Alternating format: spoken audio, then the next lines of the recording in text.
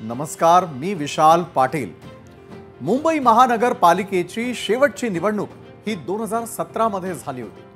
त्यावेळेसचा निकाल पाहिला असता मुंबई महानगरपालिकेमध्ये शिवसेना हा क्रमांक 1 चा पक्ष ठरला होता, तर भाजप हा दुसऱ्या क्रमांकाचा पक्ष ठरला होता। त्यानंतर 9 फेब्रुवारी 2022 पासून मुंबई महापालिकेवरती प्रशासक आहे। गेल्या काही वर्षांपासून स्थानिक स्वराज्य संस्थांच्या निवडणुका लागतील अशी शक्यता वर्तवण्यात येत होती, मात्र त्या काही लागल्या नाही आणि त्यामुळे हळूहळू लोकांचा या बातमीतला रसही कमी होऊ लागला। मात्र ठाकरे बंधू एकत्र येण्याच्या चर्चा सुरू झाल्या आणि लोकांचं लक्ष लागलं ते मुंबई महापालिकेच्या निवडणुकीकडे। कारण राज ठाकरे आणि उद्धव ठाकरे या दोन्ही भावांनी एकत्र यावं ही गेल्या कित्येक वर्षांपासून जनतेच्या मनातली इच्छा आहे। दोघांकडून आता तसे संकेतही मिळताना दिसतात। मात्र आता असं अचानक काय झालं की सख्खे चुलत भाऊ आणि पक्के राजकीय वैरी एकमेकांना टाळी देऊ इच्छितात? यावरून एकच गोष्ट स्पष्ट होते की दोघांनाही आता महापालिका निवडणुकीमध्ये आपलं अस्तित्व दाखवून द्यायचं आहे। दोघे भाऊ जर एकत्र आले तर खरंच महापालिका निवडणुकीचं चित्र बदलेल का, हा जटिल प्रश्न आहे। तर तिकडे झारखंडमध्ये सुरक्षा दलांनी नक्षलवाद्यांविरोधात मोठी कारवाई केली आहे। या कारवाईमध्ये सुरक्षा दलाच्या जवानांनी 8 नक्षलवाद्यांना कंठस्नान घातलंय। दरम्यान आंतरराष्ट्रीय स्तरावरून एक दुःखद बातमी आहे। दीर्घ काळापासून आजारी असलेल्या पोप फ्रान्सिस यांचं व्हॅटिकन सिटीमध्ये निधन झालंय। यासह इतरही महत्त्वाच्या बातम्यांचा आढावा आपण घेणार आहोत आजच्या न्यूज प्लॅनेटमध्ये।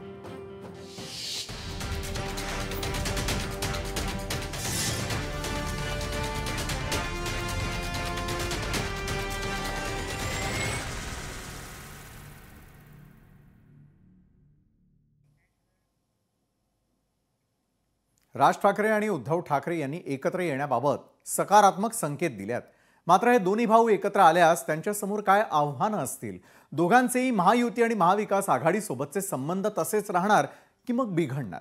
असे अनेक प्रश्न आता निर्माण होताना दिसतात। दरम्यान ठाकरे बंधू एकत्र आल्यास महापालिका निवडणुकीला काय चित्र असू शकतं याचीच आता सर्वांना उत्सुकता लागून आहे। आणि महाराष्ट्राच्या हितासाठी किरकोळ भांडणं बाजूला ठेवायला मी सुद्धा तयार आहे। सर्व मराठी माणसांना या हितासाठी, महाराष्ट्राच्या हितासाठी, मराठीसाठी एकत्र येण्याचं आवाहन करतोय।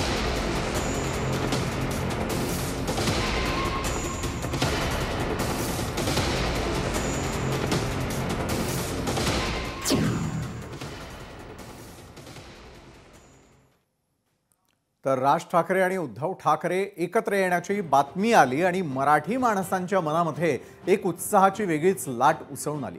महेश मांजरेकरांनी एका मुलाखतीत राज ठाकरेंना उद्धव ठाकरेंसोबत जाण्याबाबतचा प्रश्न विचारल्यानंतर राज ठाकरेंकडून त्याचं सकारात्मक उत्तर देण्यात आलं।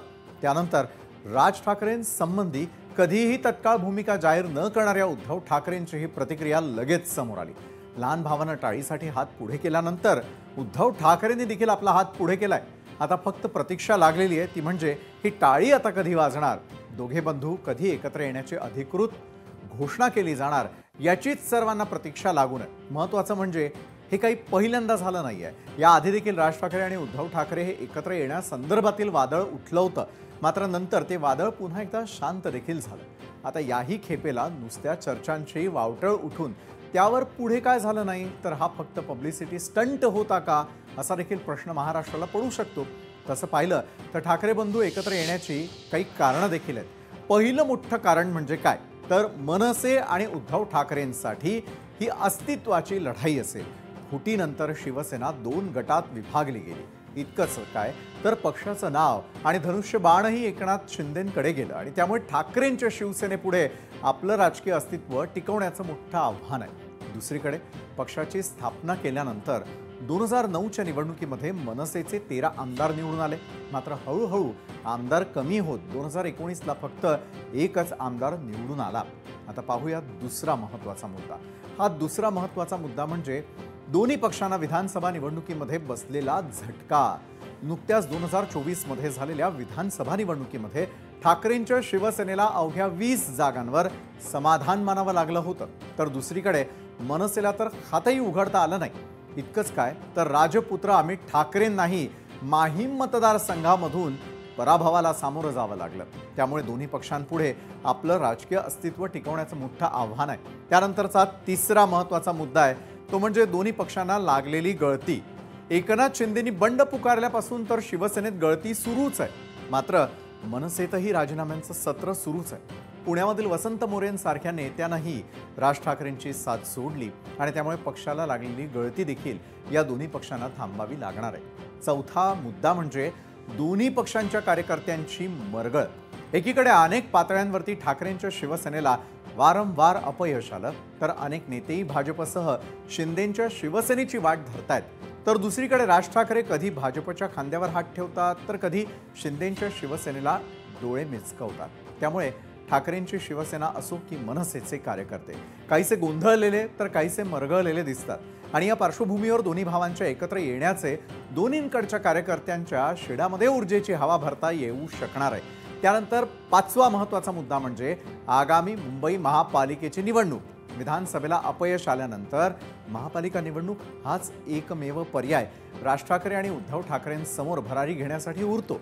कारण महायुतीमध्ये 3 पक्ष असल्यानं राज ठाकरेंना जागांबाबत हवं तसं बार्गेनिंग करता येणार नाही.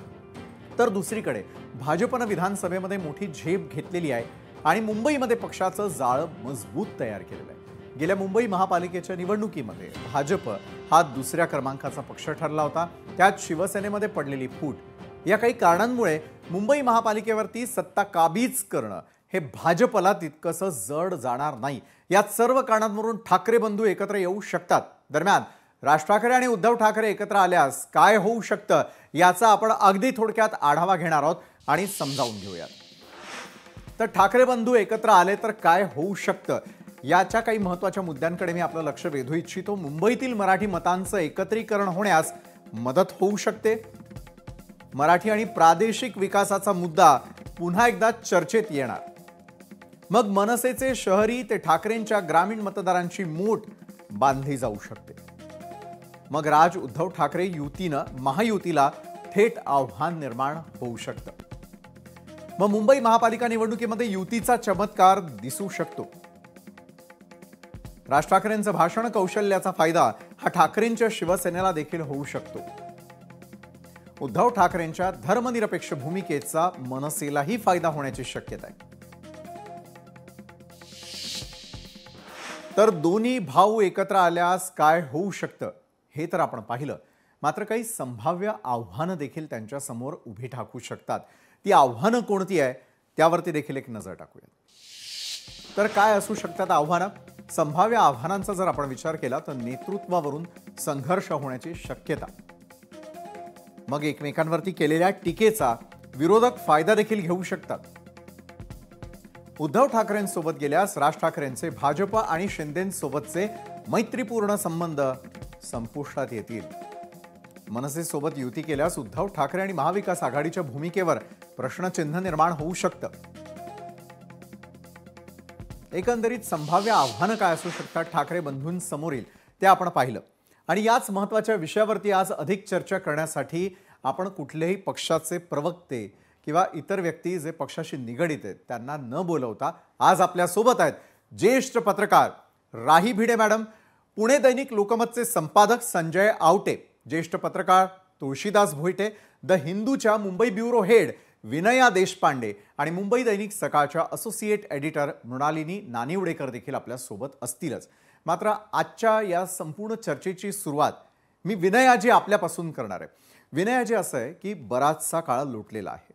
जे ठाकरे पर्व यापूर्वी काही पत्रकारांनी पाहिलंय किंवा महाराष्ट्रातल्या जनतेनं पाहिलेलं आहे ते ठाकरे पर्व पुन्हा एकदा यावं या अनुषंगानं जर या चर्चा खरोखर खऱ्या ठरल्या तर मात्र ठाकरे पर्व येण्यास मदत होऊ शकते असं आपल्याला वाटतं का? कारण आजच्या पिढीतले जो युवा वर्ग आहे त्यांना काहीतरी बदल हवाय आणि पूर्वीच्या पिढीनं ठाकरे पर्व हे पाहिलेलं आहे. काय वाटतं एक पत्रकार म्हणून विनयाजी? विशाल, मला हे इतकं सोपं वाटत नाही पहिली गोष्ट. कारण जरी का बऱ्याच वर्षांपूर्वी त्या दोघा भावांची बऱ्यापैकी कडवटपणा होता. ज्या वेळेला दोघे भाऊ वेगवेगळे झाले, त्यांनी वेगवेगळ्या वाटा निवडल्या त्यावेळी, आणि आपण पाहिलं होतं की कशा प्रकारे तो सगळा एपिसोड झाला होता, कशा प्रकारे मुंबईच्या रस्त्यांवर माणसं उतरली होती. त्याला आता बरीच वर्ष झाली असली तरीही आपण गेल्या काही दिवस हेही बघतोय की जी दुसरी फळी आहे दोन्ही पक्षांमधली त्यातून धुसफूस सुरू झालेली आहे. आणि त्यामुळे जर का दोन्ही भावांनी ठरवलं एकत्र यायचं तर तो मार्ग दोन्ही पक्षांसाठी सोपा नसणार आहे. जरी का बीएमसीच्या चे इलेक्शन आता पुढच्या एका वर्षभरात व्हायची शक्यता आहे आणि त्या दृष्टीने दोघा भावांसाठी हे एका प्रकारे क्रायसिस आहे, एक्झिस्टेन्शियल क्रायसिस आहे. मनसेसाठी तर सगळ्यात जास्त आहे. आणि त्या परिस्थितीत एकीकडे जर का आपण बघतोय की अशा चर्चा सुरू आहेत, त्याच्या आठवडाभर आधीच आपण हेही बघितलं की राज ठाकरेंनी एकनाथ शिंदेंना घरी जेवायला बोलावलं होतं. त्यामुळे हा जो असामंजस्याचा भाग आहे आणि हे जे सतत कन्फ्युजन क्रिएट केलं जातं, त्यातून मनसेमधूनच बऱ्याचशा लोकांचं असं म्हणणं आहे की आम्हाला कधी कधी कळत नाही की आम्ही नक्की करणं काय अपेक्षित आहे. त्या दोन्ही पक्षांनी जर का एकत्र अशा प्रकारच्या असामंजस्यात यायचं म्हटलं तर त्याच्यातून होणारं कन्फ्युजन जास्त आहे. त्यामुळे मला असं वाटतं की नेमेची येतो मग पावसाळा, तशा प्रकारे ही परत एकदा उठवलेली एक आवई आहे. काही दिवस ही चालेल आणि मग ती थंड होईल. कारण जरी का राज ठाकरे मुलाखतीत एखाद्या बोलले असले तरी त्या पलीकडे तसे काही संकेत अजून राजकीय फारसे दिसलेले नाहीयेत असं मला वाटतं. बरोबर आहे विनयाजी, तुम्ही जरी म्हणत असलात तरी देखील आता मला थेटपणे यावेळेला तुळशीदास भोईटे सरांकडे जायचं आहे. तुळशीदास भोईटे सर, जर आपण थोडासा इतिहासाचा विचार केला तर काय घडलं होतं ते आपण पाहिलं. म्हणजे फुटीचं राजकारण असू देत किंवा यापूर्वी नाराज होऊन अनेक ज्येष्ठ नेत्यांनी देखील आजपर्यंत शिवसेना सोडलेली होती. शिवसेनेसाठी हे आता काही नवीन उरलेलं नाही आहे.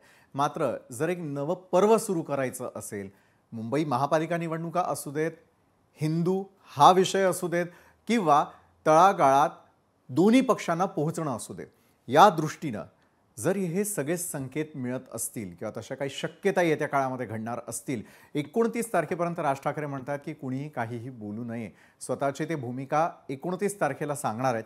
मात्र तत्पूर्वी आजपर्यंत पत्रकार म्हणून तुम्ही महाराष्ट्राचं राजकारण पाहिलं, महाराष्ट्राच्या राजकारणात निर्माण झालेली महायुती आणि महाविकास आघाडी देखील आपण पाहिली. मात्र एका नव्या राजकीय समीकरणाची जर ही नांदी असेल तर बरंच काही बदलू शकतं असं आपल्याला वाटतं का? विशाल, अनेकदा घडतं कसं माहितीये का, वाफा खूप निघतात आणि प्रत्यक्षात नंतर तसं काही घडतंच असं नाही. म्हणजे खरं पाहायला गेलं तर का असं लोकांना वाटतंय, त्यातही कोट्यावधी मराठी माणसांना आणि त्यांच्या मनांना सुकावणारी अशी बातमी का वाटते, त्याचं कारण असं की ठाकरे या नावाकडे आपण पत्रकार एक पॉलिटिकल ब्रँड म्हणून पाहतो. बरोबर. मात्र सामान्य मराठी माणसं त्यांच्यामध्ये एक आधार पण शोधत असतात, विशेषतः मुंबई आणि आता इतर महानगरांमध्ये सुद्धा, की जिथं अन्य भाषिकांची दादागिरी वाढताना दिसते. मात्र त्याच वेळी हे सारं जिथून सुरू झालं ना, त्या महेश मांजरेकरांनी घेतलेली मुलाखत मला असं वाटतंय की आपल्यापैकी अनेकांनी फक्त उद्धव ठाकरेंविषयीच्या प्रश्नापुरतीच महत्वाची मानली आहे. जर आपण ती मुलाखत पूर्ण पाहिली तर पुढे महेश मांजरेकर भाजपाविषयी विचारतात आणि इथं आठवते पुन्हा आपल्याला उद्धव ठाकरेंनी घातलेली अट की महाराष्ट्रद्रोही, महाराष्ट्राच्या हिताड येणारे भाजपा किंवा शिंदेचे कोणी नको, अर्थात ते जे शब्द वापरतात सध्या शिंदेच्या शिवसेनेसाठी ते आपण नाही वापरत, त्यामुळे मी ते नाही शब्द वापरले. अशा वेळी भाजपाच्या बाबतीत प्रश्न विचारताना सुद्धा अर्थातच महेश मांजरेकर, त्यांना तो अधिकार आहे, त्यांनी जे काही वर्णन केलं की भाजपा आपल्यासाठी कशी आणि फायद्याची आणि इतर कोणी आले तर किती घात होईल वगैरे वगैरे, त्यात मी जात नाही. मात्र राज ठाकरेंनी ते उत्तर देताना जर त्यांची भूमिका सरळ स्पष्ट असती या मुद्द्यावर, जर त्यांच्या मनात खरोखरच सर्व वाद किरकोळ ठरवत, सर्व इगो किरकोळ ठरवत एकत्र येण्याची असती महाराष्ट्र हित, मराठी हिताच्या मुद्द्यावर, तर त्यांनी धाडकन महेश मांजरेकरांनी किलकिला केलेला भाजप मैत्रीचा दरवाजा भाजपाच्या तोंडावर धाडकन आपटवला असता. तसं काही मला त्या उत्तरातून वाटलं नाही. त्यांनी एवढं जरूर म्हटलं की राजकीय दृष्ट्या एकत्र आलो तरी आमच्या वेवलेंथ जुळतील असं नाही. मात्र विशाल, वेवलेंथ वगैरे राजकारणात जुळण्याचा प्रश्न आता राहिलाय का तसा? जे काही एकत्रीकरण आपण पाहतो त्यातून, म्हणजे अजित पवार आणि देवेंद्र फडणवीस जुळू शकते का वेवलेंथ? किंवा एकनाथ शिंदे देवेंद्र फडणवीस नाही, तसं वेवलेंथ जुळण्याचा तिथं प्रश्नच येत नाही ना. परंतु राजकीय सोयीसाठी एकत्र येतात आणि आता आपल्या सर्वांना यासाठी आशादायी चित्र वाटतं की असं होऊ शकेल असे अंदाज व्यक्त होताना दिसतात. किंवा राजकीय बाबतीत जी पतंगबाजी चालते त्याला एक लॉजिकचा मांजा तिथं सापडतो की या दोन्ही पक्षांना सुद्धा अस्तित्वाची लढाई आणि त्यातही मनसेला तर जास्तच महत्वाची गरज आहे. कारण उद्धव ठाकरेंचे 20 तरी आल्यात, मनसेचा एकही नाही आला. अर्थात इथं पण एक गोष्टी आहे की उद्धव ठाकरेंचे जे 20 आले त्यापैकी 10, त्यातले 8 मुंबईतले, एक वणी विदर्भातला आणि एक गुहागर कोकणातला, असे 10 आमदार मनसेच्या उमेदवारांनी घेतलेल्या मतांपेक्षा उद्धव ठाकरेंच्या उमेदवारांचं मताधिक्य कमी आहे, विजयी मताधिक्य. त्यातून त्यांना त्यांचा फायदाच झालेला आहे. एक उपद्रव शक्ती मनसेनं महायुतीला दाखवली, तशी काही प्रमाणात भवियालाही दाखवली. त्यामुळे मनसे आणि ठाकरेंच्या शिवसेनेसाठी ते दोघंही तसं पाहायला गेलं तर एकमेकांची गरज आहे. मात्र दुसऱ्या फळीतले नेते अभद्र युती, माफी मागितली पाहिजे उद्धव ठाकरेंनी वगैरे जे बोलतात आहे, संदीप देशपांडे असतील, अमेय खोपकर, विनयजी बरोबर बोलत होत्या ते, की त्यातून असे संकेत मिळत नाही. लक्षात ठेवा, हे शिवसेना कल्चरवाले किंवा ठाकरे कल्चरवाले जे 3 पक्ष आहेत ना, यांच्यात नेत्याच्या परवानगीशिवाय उगाच कुणी काही बोलत नसतं. त्यामुळे मला असं वाटतं अद्याप पुढचं सर्व काही स्पष्ट झालंय आणि होणारच, बरोबर आहे, असं नाहीये. आपल्याकडे मी पुन्हा एकदा येईनच. राही भिडे मॅडम, मी आपल्याकडे येईल. राही मॅडम, ज्यावेळेला शिवसेनेची निर्मिती झाली त्या निर्मितीनंतर स्वतः हिंदू हृदय सम्राट बाळासाहेब ठाकरे यांची शिवसेना, त्यांचे विचार, मराठी संदर्भातले असलेले त्यांचे विचार आणि मतं त्यावेळेला ज्या प्रकारे पक्षाकडे ओढली गेलीत. आजच्या काळात जर आपण चित्र पाहायला गेलं की मिळालेल्या उत्तरात एक गोष्ट लक्षात येते की छोटी मोठी भांडणं होत असतात, मात्र मराठी माणसाचं अस्तित्व ते सगळं जर आपल्याला टिकवून ठेवायचं असेल तर मात्र हे जुळून येणं काही फार मोठी गोष्ट नाही. तर दुसरीकडे उद्धव ठाकरे म्हणतायत की सशर्त पाठिंबा ते देत असल्याचं दिसतंय किंवा सशर्त आपण एकत्र येऊ शकतो असं म्हणत असताना भाजपला बाजूला सारून किंवा यापूर्वी जसं एक नैसर्गिक मित्र म्हणून दोघे जण सोबत होते, हिंदुत्वाचा मुद्दा होता, मराठी मतांचा मुद्दा होता, तोच करिश्मा घडून येऊ शकतो का?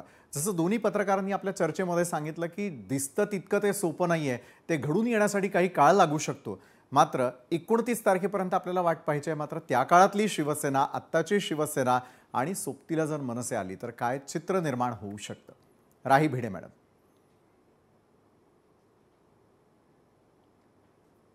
बरोबर आहे का? ॲक्च्युअली मला तर असं वाटतं की हे जे चाललेलं आहे आता, हे नेहमी ठाकरे बंधू जे आहेत ते एकमेकांवरती जे त्यांनी सुरू केलेलं आहे ते आहेच, म्हणजे त्याबद्दल काही हे नाही. पण मला असं वाटतं की आता ज्या पद्धतीने राजकारण चाललेलं आहे, कधी लाथाळ्या कधी टाळ्या, हे असले प्रकार शिवसेनेच्या बाबतीमध्ये खूप होतात.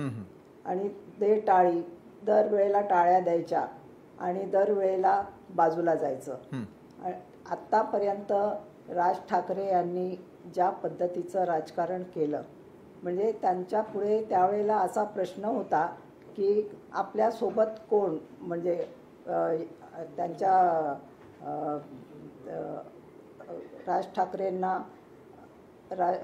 राज ठाकरेंच्या सोबत किती लोक गेले त्यावेळेला, किती गेले नाहीत. तर राज ठाकरे त्यावेळेला फर्म होते की आपण काय वाटेल ते झालं तरी आपण पुन्हा शिवसेनेकडे जायचं नाही. आणि खूप मोठा त्यांच्यामध्ये वादंग त्यावेळेला झालं होतं आणि त्यातून राज ठाकरे शेवटी बाहेर पडले होते. आणि आता उद्धव ठाकरे यांच्या बरोबरती ते जातील अशी मला तरी शक्यता वाटत नाही. कारण गेले तरी ते फक्त बघतील कशा पद्धतीने हे राजकारण चाललेलं आहे आणि नंतरच त्याबद्दलचा निर्णय घेतील असं मला वाटतं. ते असे एकदम जातील आणि एकमेकांच्या बरोबर टाळ्या देतील असं मला वाटत नाही की असं काही होऊ शकेल. ज्या पद्धतीने राज ठाकरेंनी आतापर्यंत राजकारण केलेलं आहे ते जर पाहिलं तर ते स्वतःलाच अजून बरोबर चाचपडून बघतायत की आपण खरोखर काय करू शकतो. म्हणजे आता अजूनही त्यांना तेवढा स्वतःबद्दलचा विश्वास मला वाटत नाही. तसं जर असतं आणि दोन्ही भाऊ म्हणजे शिवसेनेने, उद्धव ठाकरे यांनी तरी स्वतःचं काही स्थान निर्माण केलं पण राज ठाकरे तर तिथपर्यंत जाऊ पण शकले नाहीत. एखाद्या बरोबर. जागेवरती फक्त त्यांना यश मिळत होतं. अशा पद्धतीने त्यांचं जे राजकारण चाललेलं आहे, सगळीकडे चाचपडून बघायचं. आता किती वर्ष झाली तरी राज ठाकरेंचं चाचपडून बघणं चालूच आहे. आणि उद्धव ठाकरेंनी तर सत्ता सुद्धा मिळवलेली होती. अशा पद्धतीचं जे राजकारण चाललेलं आहे ह्या दोन्ही भावांचं, त्याच्यामध्ये सर्वसामान्य शिवसैनिक भरडला जातोय. शिवसैनिकांना अजूनही वाटतं की हे दोन्ही भाऊ एकत्र आले पाहिजे, पण त्यांच्या दोघांच्या पण अस्मिता अशा टोकदार आहेत की त्या म्हणजे ते एकत्र येतील बरोबर आहे. असं काही दोघही सांगता येत बंधूंच्या नाही. राज ठाकरे कोणाही दोन बरोबर जाऊ टोकाच्या शकतात. भूमिका जरी असल्या तरी आता अस्तित्वासाठी असलेली लढाई असेल. येत्या काळामध्ये जरी एकत्र आले तरी एकमेकांच्या स्वभावाचं एकमेकांसमोर असलेलं आव्हान असेल. यापूर्वी ज्यावेळेला मनसेची निर्मिती झाली आणि शिवसेनेपासून वेगळा होण्याचा निर्णय राज ठाकरे यांनी घेतला, त्यावेळेला बांधलेली जी सगळी फळी होती, त्यांच्याबरोबर आलेल्या सैनिकांची, जी मनसैनिक म्हणून आज ओळखले जातात, त्यांचा सगळ्यांचा सारासार विचार करून पुढचा निर्णय घेतला जातो का? आणि घेतला गेला तरी असलेल्या आव्हानांना हे दोन्ही ठाकरे बंधू नवपर्व आणताना कुठल्या गोष्टींना सामोरं जावं लागणार आहे? यावेळेला दैनिक सकाळच्या असोसिएट एडिटर मृणालिनी नानिवडेकर सुद्धा आपल्यासोबत जोडल्या गेलेल्या आहेत. तुमचं देखील स्वागत या चर्चासत्रामध्ये. मात्र थेटपणे त्यांच्याकडे जाण्याआधी विनयाजी, मी आपल्याकडे पुन्हा एकदा येईल. विनयाजी, ब्रेकवर जाण्याआधीची चर्चा आपण सगळ्यांनी पाहिली. मात्र जर उद्या ठाकरे बंधूंनी एकत्र येण्याचा निर्णय घेतला तरी देखील मात्र दोन्ही पक्ष एकत्र येणार का? नेतृत्व कुणाकडे जाणार? आणि त्याहीपेक्षा पुढची गोष्ट म्हणजे जर एकत्र आले तर महायुती आणि महाविकास आघाडी याला कितपत फायदा, तोटा, फटका काय होऊ शकतं? सध्या विशाल, राजकीय कॉम्बिनेशन्स महाराष्ट्रात बघता असे कुठले ठोकताळे बांधता येतील अशी लक्षणं कुठेही नाहीयेत. जी काही वर्षांपूर्वीपर्यंत शक्यताही वाटत नव्हती असे पक्ष आज सत्तेत एकत्र बसलेले दिसलेत. असे पक्ष आज विरोधातही एकत्र बसलेले दिसले आहेत. त्यामुळे तो नक्की धक्का कुणाला असेल हे जोपर्यंत ते होत नाही आणि ते कुठल्या प्रकारच्या कॉम्बिनेशन मध्ये होतं हे आपल्या समोर कळत नाही, तोपर्यंत याबद्दल कुठलेही आराखडे बांधणं किंवा याबद्दल कुठली विशेष टिप्पणी करणं मला वाटत नाही की योग्य आहे. पण हे खूपच मला वाटतं की जर का आपण इलेक्टोरल स्ट्रेंथ दोन्ही पक्षांची बघितली तर कितीही म्हणजे जर का माप दोन्ही पक्षांचं माप बघितलं तर उद्धव ठाकरेंचं माप झुकतं आहे, कारण की त्यांनी वेळोवेळी स्वतःला इलेक्टोरली प्रूव्ह केलेलं आहे. असंख्य त्यांचे MLA निवडून आलेले आहेत, कॉर्पोरेशन मध्ये त्यांचे कॉर्पोरेटर्स राहिलेले आहेत, जी किमया आकड्यांच्या दृष्टीने राज ठाकरेंना जमलेली नाही. त्यामुळे जर का म्हणजे आतापर्यंत आपण जी चर्चा केली आहे त्यात जवळपास सगळ्यांचंच मत आमचं असंच आहे की एकत्र येतील असं वाटत नाही. पण जर का आले एकत्र तर त्यातही उद्धव ठाकरेंचं पारडं जड राहील आणि त्यांच्याकडे व्यवस्थापकीय दृष्ट्या किंवा एक ऑर्गनायझेशनल स्ट्रक्चर आपण जे म्हणतो त्या दृष्टीने त्यांच्याकडे जास्त आशेने बघितलं जाईल असं मला वाटतं. बरोबर आहे. मृणालिनी मॅडम, आपल्यासाठी मला पुढचा प्रश्न करायचा आहे खरं तर, की एका बाजूला दोन्ही ठाकरे बंधू एकत्र येऊन नव ठाकरे पर्व येऊ शकतं का? दोघांसाठी अस्तित्वाची लढाई ही अतिशय महत्त्वाची आहे. खरं तर ज्या प्रकारचं राजकीय समीकरण महाराष्ट्रानं पाहिलं, प्रत्येक राजकीय पक्षाला स्वतःचं अस्तित्व टिकवण्यासाठी काय काय तडजोडी कराव्या लागतात, काय काय घडतंय हे आपण सगळे पाहतोय. मात्र जर अशी एखादी घटना घडलीच, दोन्ही ठाकरे बंधू एकत्र आले, तर मात्र पुढे काय? ही अस्तित्वाची लढाई त्यांच्यासाठी कितपत महत्त्वाची असेल येत्या काळातल्या निवडणुकांसाठी? मला वाटत नाही दोन ठाकरे बंधू एकत्र येतील. कारण एकतर एका ठाकरे बंधूचं अस्तित्व, त्याचं वर्चस्व दुसऱ्या ठाकरे बंधूला मान्य नसल्यामुळे बाहेर पडलेला आणि त्या बंडातून जन्मलेला तो पक्ष आहे. दुसरं असं की विनया ज्याप्रमाणे म्हणाल्या बरोबर आहे, उद्धव ठाकरे यांचे अत्यंत वाईट परिस्थितीत मुंबईत 10 आमदार आहेत. पण पूर्वीची शिवसेना म्हणजे उद्धव ठाकरे मातोश्रीशी संबंधित शिवसेना आज अगदी क्षीण होते आहे. ती क्षीण होत असताना किंबहुना तशा शक्यता मोठ्या प्रमाणात असताना महानगरपालिकेच्या निवडणुकीच्या निमित्ताने भावाच्या या पक्षाला जीवदान देण्याचा प्रकार राज ठाकरे करतील असं मला अजिबात वाटत नाही. बरं, तर त्यांनी त्यांची जी मुलाखत आहे त्या मुलाखतीत सांगितलेलं एवढंच आहे की हे प्रश्न अत्यंत दुय्यम आहेत, महाराष्ट्राचं हित मोठं आहे. त्यामुळे कोणाला कोणाला टाळी द्यायची आहे का, कोणाला हाळी द्यायची आहे का, मला असं वाटतं की आपण एखाद्या कल्पनाविलासातून एक आभासी सत्य तयार केलेलं आहे, असं होण्याची शक्यता मला अजिबात दिसत नाही. जो पक्ष संपत चाललेला असतो त्याला छोटीशी का होईना शक्ती मिळवून देणं, हे संपू शकलेल्या, मी संपत चाललेला म्हणणं धारिष्ट्याचं ठरेल. कदाचित एक स्थानिक मुद्दे समोर येतील, शिवसेनेला मोठ्या प्रमाणात मत मिळेल, 6 महिन्यात कसा उलटफेर होतो आपण पाहिलाय. पण उद्धव ठाकरेंच्या त्या संभाव्य यशात राज ठाकरे स्वतःची शक्ती टाकतील असं मला अजिबात वाटत नाही.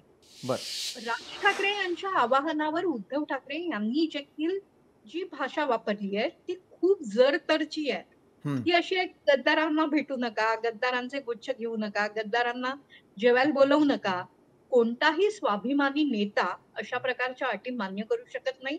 मान्य केल्याच तर ते ताटाखाली मांजर असल्यासारखं वाटू शकतं.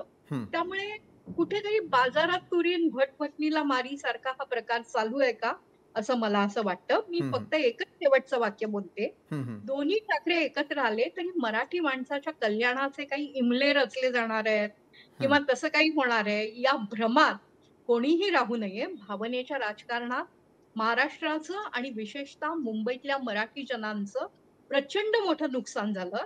त्यामुळे ते एकत्र येवोत न येवोत ते मराठी माणसासाठी खरंच काय करणार आहेत, स्वतंत्रपणे किंवा वेगवेगळेपणे सुशासनासाठी काय करणार आहेत, उत्तम जीवनमानाची हमी देण्यासाठी काय करणार आहेत, हे प्रश्न महत्वाचे आहेत. टाळी द्या, हाळी द्या, साळी द्या, कोळी द्या, मराठी माणसाचं त्यात कोणतंही भलं मला तरी दिसत नाही.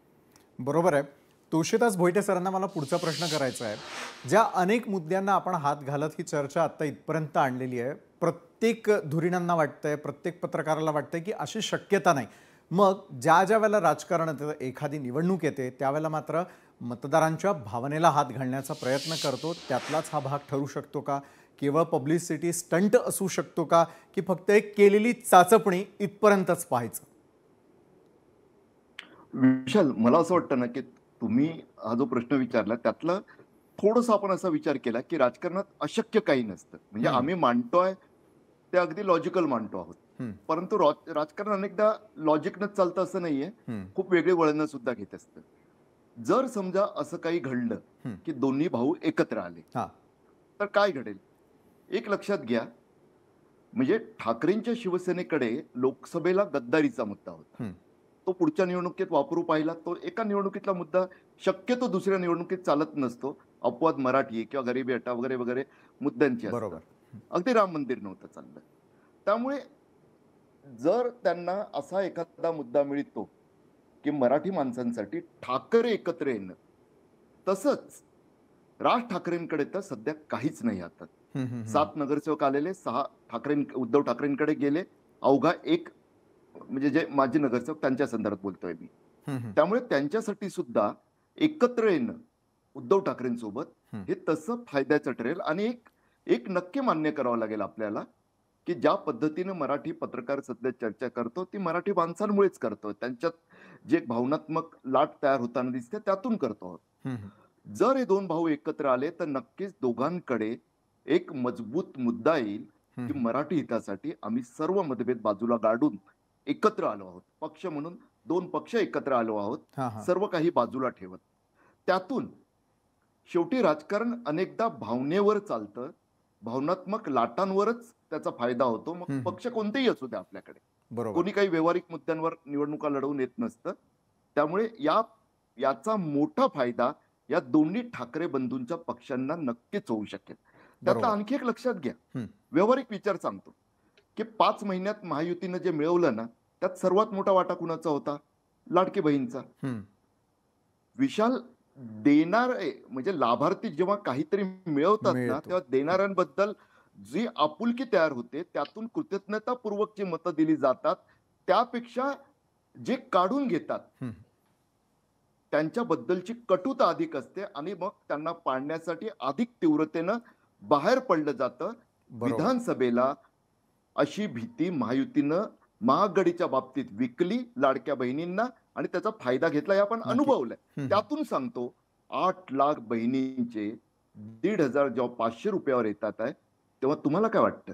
ते तीच आपुलकी, तीच कृतज्ञता दाखवतील, की कटुतेनं यावेळी महायुतीच्या विरोधात येण्याची शक्यता निर्माण होताना बरोबर आहे. दिसते आहे. हं. त्यामुळे मनसे आणि शिवसेनेला हा फॅक्टर सुद्धा उपयोगी ठरू ठरू शकतो आहे, शकतो. हे नाकारता येणार नाही. निश्चितच. अर्थात मी जे जसं आपण काही पाहिलं सांगतो ते की जर लोकसभेच्या निवडणुका असू देत किंवा मग त्या विधानसभेच्या निवडणुका असू देत, मुद्दे वेगळे असतात. राजकीय मुद्द्यांना बाजूला सारून जर येत्या काळातल्या स्थानिक स्वराज्य संस्थांच्या निवडणुका किंवा केवळ मुंबई महापालिकेपुरती जरी आपण विचार केला तरी देखील जर अशी एखादा नवा पर्याय किंवा अशी एखादी नवी राजकीय समीकरणं ही जनतेसमोर येणार असतील तर त्याचा महाराष्ट्राच्या राजकारणावर, मुंबई महापालिकेच्या राजकारणाच्या वेळेला किती फरक पडू शकतो? राही भिडे मॅडम, मी आपल्याकडे येईल.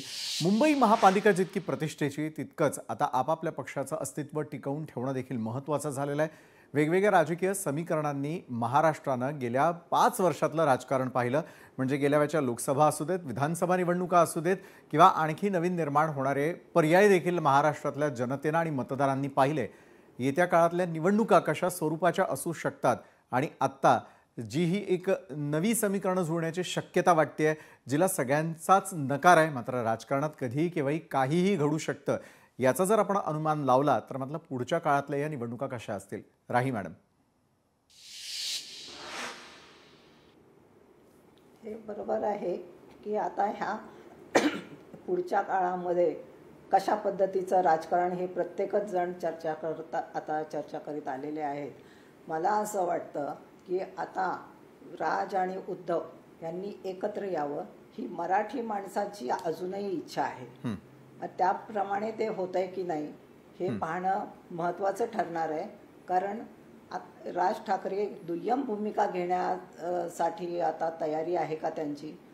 कारण मागच्या वेळेला पण तसंच झालं होतं की त्यांना स्थान मिळत नाही, त्यांना जास्त राजकारणामध्ये महत्त्व मिळत नाही असं म्हणून ते सोडून गेले होते, पक्ष सोडून गेले होते आणि मग त्यांनी स्वतःचा पक्ष स्थापन केला. तर हे राज ठाकरेंनी ज्या पद्धतीचं आतापर्यंत राजकारण केलेलं आहे ते अजिबात पूरक नव्हतं, मराठी माणसांसाठी सुद्धा नव्हतं. त्यांनी फक्त स्वतःची काहीतरी इमेज निर्माण करण्याचा प्रयत्न केला होता. पण आता परिस्थिती अशी आहे की आता हे दोन भाऊ एकत्र आल्याशिवाय त्यांना सत्ता मिळणं कठीण आहे. अशा पद्धतीचं एक वातावरण निर्माण केलेलं आहे. बघूया आता. मला तर असं वाटतं की राज ठाकरे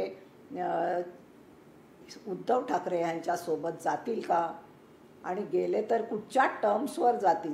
कारण तो एक महत्त्वाचा मुद्दा आहे. प्रत्येक वेळेला कोण पुढे कुणाला करायचं? म्हणजे उद्धव ठाकरेंना मोठा भाऊ मानणार आहेत का ते? उद्धव ठाकरेंना मोठा भाऊ त्यांनी मानलं तरच ते काहीतरी स्वतःचं स्थान निर्माण करू शकतील, जे आता अजिबात राहिलेलं नाही. बरोबर आहे. मृणालिनी मॅडम, तुमच्यासाठी मला पुढचा प्रश्न आहे. खरं तर जसं आता राही मॅडमनी सांगितलं, वेगवेगळी राजकीय समीकरणं किंवा त्यांच्या समोर असलेले काही पर्याय, मात्र महाराष्ट्राच्या राजकारणामध्ये कुठल्या स्वरूपाच्या राजकीय पक्षाची आणि राजकारणाची आवश्यकता निर्माण झालेली असं आपल्याला वाटतं? एकतर आपण लक्षात घेतलं पाहिजे की इथे भावनिक मुद्दे आणि मराठी आदर आहे मराठी या विषयाबद्दल. मुंबई हे कमालीचं कॉस्मोपॉलिटन शहर आहे. हो. या दोन्ही बंधूंचा जो काय जोर आहे तो अर्थातच मुंबईमध्ये आहे. त्यामुळे त्यांचं एकत्र येणं सध्याच्या परिस्थितीत मुंबई महानगरपालिकेशी निगडीत आहे. यातला तिसरा भाग आपण विसरतो, जो लक्षात घ्यायलाच हवा. एकनाथ शिंदेकडे शिवसेनेचं नाव आहे, शिवसेनेचं चिन्ह आहे आणि अजूनही दररोज आठवड्याला किमान 3 ते 4 शिवसेना उभाठातले नेते एकनाथ शिंदेकडे येत आहेत. बरोबर. एकनाथ शिंदेकडे असलेला त्याहून महत्वाचा घटक म्हणजे त्यांच्याकडे महाशक्तीची ताकद अजूनही आहे, जरी कुरबुरी झालेल्या असल्या तरी. त्यामुळे ही सगळी संपूर्ण ताकद बाजूला करून शिवसेनेच्या ठाकरे बंधूंकडे मतदार जाईल का? मुंबईतला एखाद वेळेस जाईल, पण तिथले जे कार्यकर्ते शिंदेकडे येत आहेत त्यांचा त्या परिसरात किती होल्ड आहे? एखादा तिथला नेता एक साधारणतः 4 ते 5 हजार मतं जरी फिरवू शकला तरी महानगरपालिकेच्या राजकारणात ती मतं फार होतात.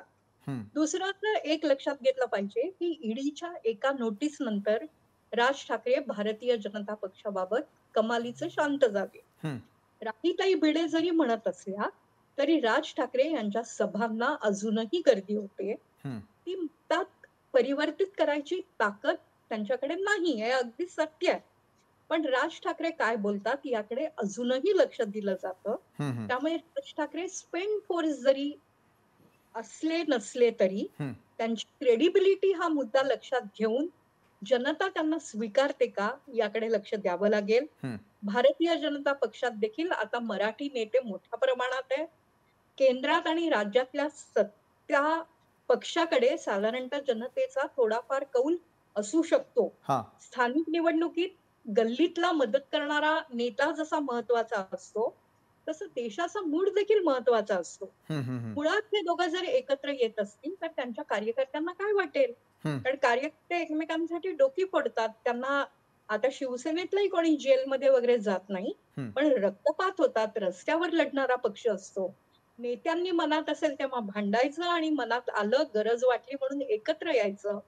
हे कार्यकर्त्यांना जर मान्य झालं नाही तर आज कार्यकर्त्यांना एकनाथ शिंदेच्या शिवसेनेचा पर्याय आहे, भाजपचा पर्याय आहे. त्यामुळे हे वाटतं तितकं सरळ सोपं नाहीये. बरोबर. भावनिक राजकारणाचा मुंबईकरांना कंटाळा आलेला आहे, आता पुरे झालाय. त्यामुळे खरोखरच मुंबई शहराच्या विकासाच्या मुद्द्यांसाठी जो कोण खरोखर तळमळीने काही काम हाती घेईल त्याच्याकडे जनता जाऊ शकेल. भावाभावांनी एकत्र येणं हे कथा कादंबऱ्यांमध्ये ठीक असतं, तसं होण्याची शक्यता खरंच आहे का याबद्दल मला प्रामाणिक शंका आहे. बरोबर आहे. शंकेला त्या ठिकाणी अनेक कारणं देखील आहेत. तुळशीदास भोईटे सरांना मला विचारायचं आहे, लोकसभा किंवा विधानसभा निवडणुकीच्या काळामध्ये मतदारांनी पाहिलेले राजकीय चमत्कार आणि त्यातून निर्माण झालेल्या सोयीच्या राजकारणासंदर्भातल्या युती म्हणा किंवा महाविकास आघाडी असू देत, मात्र येत्या काळामध्ये पुन्हा एकदा मतदारांना आपल्याकडे आकृष्ट करण्यासाठी, त्यांना ठोस असं काहीतरी आश्वासन देण्यासाठी पुढच्या काळात नेमके राजकीय पक्षांकडे काय शिल्लक राहिलंय असं आपल्याला वाटतं? या महानगरपालिका निवडणुकांना सामोरं जाताना कोणताही पक्ष हा दावा आता करू शकत नाही की माझ्या राज्यात कसं चांगलं होतं. त्याचं कारण असं की वर्षानुवर्ष मुंबई महापालिकेत सत्ता उपभोगणारी शिवसेना आणि भाजपा आता एकमेकांच्या विरोधात आहे. त्याच वेळी गेली 2.5 वर्ष किंवा त्यापेक्षाही जास्त काळ मुंबई महापालिका ही प्रशासकीय राजवटीत म्हणजे राज्य सरकारच्या अखत्यारीत काम करते. हाच प्रकार महाराष्ट्रातील 27 पैकी बहुतेक ज्या महानगरपालिका निवडणुकांना सामोरे जाणार आहे त्यांच्या बाबतीत सुद्धा झालेलं आहे. त्यामुळे प्रत्येकालाच एकमेकांवर आरोप करत आणि एकमेकांना आव्हानं देत सामोरं जायचंच आहे. त्याहीपेक्षा जास्त आम्ही काय करून दाखवू आता ज्या समस्या दिसतात म्हणजे साधं मुंबईचं उदाहरण घ्या ना. मुंबईत सध्या जी धुळधाण झालेली दिसते की एकीकडे विकास प्रकल्प खूप चांगल्या वेगानं पुढे जाताना दिसतात. म्हणजे मुख्यमंत्री देवेंद्र फडणवीस यांनी ज्या पद्धतीनं मेट्रोचं मनावर घेतलंय सुरुवातीपासूनच, त्यामुळे मेट्रोला एक वेग दिसतो. मात्र त्याच वेळी नियोजन पाहिजे तसं नसल्याचा फटका पाईपलाईन फुटणं किंवा अन्य समस्यांमधून सध्या तरी तात्कालिक स्वरूपात तरी दिसतो. त्याचा फटकाही बसताना दिसतो. धुळीचं साम्राज्य दिसतं, इतर काही मुद्दे आहेत. त्यामुळे कोणत्याही पक्षासाठी येणाऱ्या निवडणुका या लोकांसमोर जाताना आम्हीच कसे चांगले, आम्हीच कसं करून दाखवलं असा दावा करण्यासारख्या असणार नाहीयेत. प्रत्येकाला ही जी वाट लागली ती कुणामुळे लागली हे सांगतानाच मी स्वतः चांगलं काय करून दाखवलं तुमच्यासाठी यावरही भर द्यावा लागणार आहे. मात्र त्याच वेळी पुन्हा एकदा मी माझ्या त्याच मुद्द्यावर जाईन की भारतीय मतदारांचंच नाही तर अमेरिकेतील निवडणुकीपासून आता जागतिक बाबतीत सुद्धा व्यावहारिक मुद्द्यांपेक्षा जे वास्तवातील मुद्दे आहेत त्यापेक्षा मतदार हे भावनिक मुद्द्यांवरच जास्त भर देऊन मतदान करताना दिसतात. हे वास्तव आपल्याला नाकारता येणार नाही. बरोबर आहे. त्यामुळेच जर तरच वापरून स्वतःच्याच लॉजिकला थोडंसं बाजूला ठेवत मी मगाशी जे शिवसेना मनसे विरुद्धच्या बाबतीत बोललो एकत्र आलं तर काय होऊ शकेल ते त्या दृष्टिकोनातून होतं. मात्र एकच थोडासा वेळ घेऊन सांगतो कारण वेळ संपत आला असेल की मनसे आणि शिवसेना म्हणजे 2 ठाकरे एकत्र येणं तेवढं सोपंही नाही. कारण राज ठाकरे उद्धव ठाकरेंचं वर्चस्व नको, त्यांच्या प्रभावाखाली काम करायचं नाही म्हणूनच बाहेर पडले. त्यांना आता आपल्या मुलासाठी अमित ठाकरेसाठी अजून त्याचं करिअर यशस्वीरित्या लॉन्च झालेलं नसताना 2 निवडणुकांमध्ये ज्यांचं करिअर यशस्वीरित्या पुढे गेलेलं आहे, लॉन्च झालंच पुढेही गेलेलं आहे, त्या आदित्य ठाकरेंच्या वर्चस्वाखाली त्यांनी भविष्यात काम करावं असं खरोखर वाटेल का? राज ठाकरेंचा स्वभाव लक्षात घेता ती शक्यता खरोखर अगदी कमी दिसते. प्रामाणिक प्रश्न आपण उपस्थित त्याच केलेला आहे. त्याच मी उद्धव आपल्याकडे ठाकरेंच्या बाबतीत वेळेची फक्त कमतरता एक असल्यामुळे थेट उद्धव विनयाजी मी ठाकरेंच्या आपल्याकडे येईन यावेळेला की विनयाजी, एका बाजूला जे नेते मंडळी आहेत ते तुपाशी, मात्र कार्यकर्ते अजूनही उपाशी. हे जे आपल्याला महाराष्ट्राच्या राजकारणात प्रत्येक पक्षाच्या बाबतीत पाहायला मिळतं, आत्ताच्या घडीला कार्यकर्त्यांच्या भावना जाणून घेऊन पुढचे निर्णय घेणं हे किती आवश्यक आहे असं आपल्याला वाटतं? अगदी थोडक्यात विनयाजी. मला वाटतं विशाल, हा एक खूप कळीचा मुद्दा मांडलाय तुम्ही. कारण आपण बघतोय की ज्या वेळेला राजकीय कार्यकर्त्यांच्या मतांचं मोल केलं जात नाही त्यावेळेला त्याचे पुढे कशा प्रकारे गंभीर परिणाम होऊ शकतात आणि त्याबद्दलचे काय म्हणतो त्याला पॉलिटिकल ऑपॉर्च्युनिझम जो आपण म्हणू शकतो तो कशा प्रकारे फोफावतो. आणि त्यामुळे अशा प्रकारची परिस्थिती सध्या राज्यात आहे की बाकी जे इतर पक्ष आहेत ते अशा प्रकारचं पॉलिटिकल ऑपॉर्च्युनिझम सोडतील अशी सध्या काही शक्यता नाहीये. त्यामुळे जर का कार्यकर्त्यांच्या मनात नसेल तर तो एखादा निर्णय जर का नेत्यांनी घेतला तर तो किती महागात पडू शकतो ह्याबद्दल आता न बोललेलंच बरं.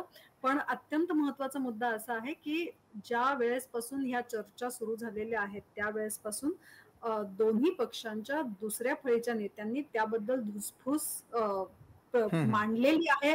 त्याबद्दल त्या कुणामध्येही खुशीचं वातावरण नाहीये. त्यामुळे तितकीशी वाट सुकर नाही आणि कार्यकर्त्यांना बरोबर घेऊनच या दोन्ही पक्षांना पुढे गेलं पाहिजे. कारण दोन्ही पक्षांची प्रचंड पडझड झालेली आहे गेल्या काही वर्षांमध्ये आणि ह्या एक्झिस्टेन्शियल क्रायसिसला सामोरं जायचं असेल तर स्वतःच्या पक्षात असलेल्या खंबीर नेत्यांची किंवा ज्याला आपण पक्षनिष्ठ कार्यकर्त्यांची आवश्यकता या दोन्ही मोठ्या नेत्यांना आता नाकारता ऐकूनच घ्यावं लागणार आहे. हे खरं आहे. या कार्यकर्त्यांचं नेमकं काय म्हणणं आहे? कार्यकर्त्यांवरतीच पक्ष उभारला जातो हेही तितकंच सत्य.